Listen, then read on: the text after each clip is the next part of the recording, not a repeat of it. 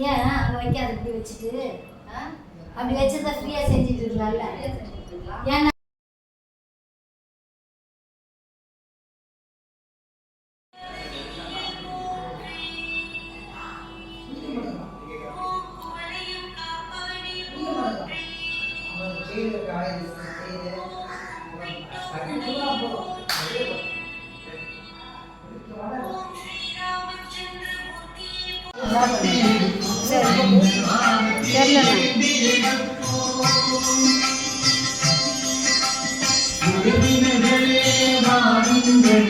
லக்ஷ்மி நாகனுக்கு ஆரத்தி எடுப்போம், தினமும் தேவ ஆரத்தி எடுப்போம், தினமும் தேவ ஆரத்தி எடுப்போம். பாபாவும் மக்கு ஆரத்தி எடுப்போம், 5 ஆரத்தி ஏந்தி எடுப்போம். சாய் பாபாவுக்கு ஆரத்தி எடுப்போம், ஆரத்தி எடுப்போம், தினமும் ஆரத்தி எடுப்போம். நாங்கள் தினமும் ஆரத்தி எடுப்போம். பாபாவும் மக்கு ஆரத்தி எடுப்போம், 5 ஆரத்தி எடுப்போம், ஆரத்தி எடுப்போம், தீபாராதனை செய்வோம். ஏன் அவ்வளோ கிட்ட போறீங்க? தொலைவா இருந்தா பண்ணுங்க. அங்க இருந்தா அப்படிதான் தொலைவா இருந்தா பண்ணுக்கா. அப்பதான் அலமோதாது.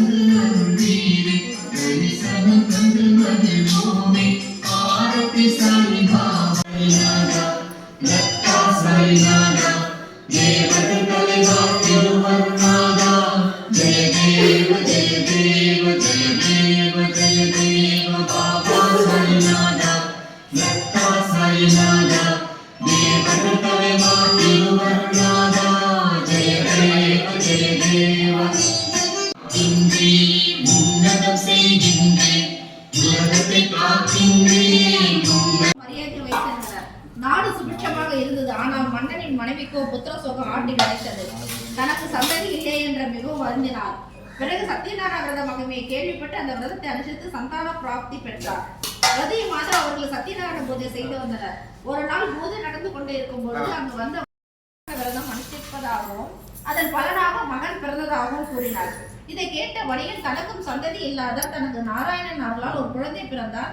பெண் தான் சத்யநாராயண பூஜை செய்வதாக கூறினார். மனைவி சத்யநாராயண பூஜை இப்போது செய்யலாம் என்றார். ஆனால் வணிகன் பெண்ணிற்கு திருமணம் ஆன பிறகு செய்யலாம் என்று கூறினார். காலத்துக்கு பெண்ணிற்கு விவாகமும் நடந்தது. பின் ஒரு சமயம் தன் மருமகனுடன் வியாபார விஷயமாக ரத்னாசார நகரத்திற்கு சென்றான். வணிகன் வியாபாரத்தை முடித்துவிட்டு அரசனை காண தன் மருமகனுடன் ஒரு விடுதியில் தங்கினான். பிரார்த்தனையை நிறைவேற்றாத வணிகனுக்கு பாடம் புகட்ட எண்ணி இறைவன் அவனுக்கு ஒரு துக்ககரமான சம்பவத்தை ஏற்படுத்தினார். அரண்மனையில் பொருள்களை திருடி கொண்டு ஓடும் திருடனை காவலர்கள் துரத்தி கொண்டு வந்தார்கள். திருடன் காவலர்களுக்கு பயந்து திருடிய சொத்துக்களை வணிகன் மருமகனுடன் தங்கியிருந்த விடுதியில் அவர்கள் அருகாமையில் விட்டுவிட்டு ஓடிவிட்டான். அங்கு வந்த காவலர்கள் அவர்கள் இருவரையும் சிறைபிடித்தனர். அரசன் அவர்களை சிறையில் இட்டான். வணிகன் மனைவியும் மகளும் தங்கள் பொருள் அனைத்தையும் இழந்து உண்ண உணவில்லாமல் மிகவும் கஷ்டப்பட்டனர். வீதி வீதியாக அலைந்து பிச்சை எடுத்து உண்டு வந்தனர். அப்படி ஒரு நாள் வணிகனின் மகள் பிச்சை எடுக்க சென்ற போது ஒரு அந்தனர் வீட்டில் சத்யநாராயண பூஜை நிகழ்வதை பார்த்து அதன் மகிமையை கேட்டு அறிந்து பிரசாதத்தை உண்டு பிறகு தன் தாயிடம் வந்து நடந்ததை கூறினார். இருவரும் தன்னால் இயன்றவரை பொருள் சேர்த்து பக்தியுடன் சத்யநாராயண பூஜையை செய்தனர். அதன் பலனாக பகவான் அரசனின் கனவில் தோன்றி வணிகனும் அவன் மருமகனும் நிரபராதிகள் என்றும் அவர்களை விடுவிக்கும்படியும் கூறினார். அதன்படி விடுவிக்கப்பட்ட இருவரும் அரசனிடம் பொன்னும் பொருளும் பெற்று சந்தோஷமாக ஓடம் ஏறி தன் நகரத்தை நோக்கி புறப்பட்டனர். 3வது அத்தியாயம் முடிந்தது.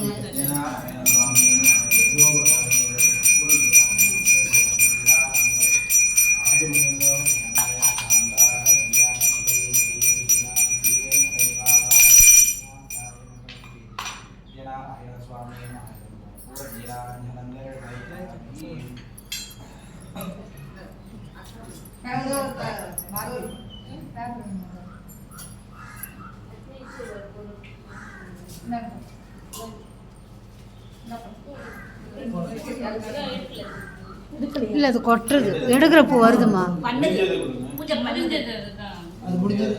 முடியாது எடுத்துக்கோங்க. அதான் வந்து அதை கொடுத்துருக்கு.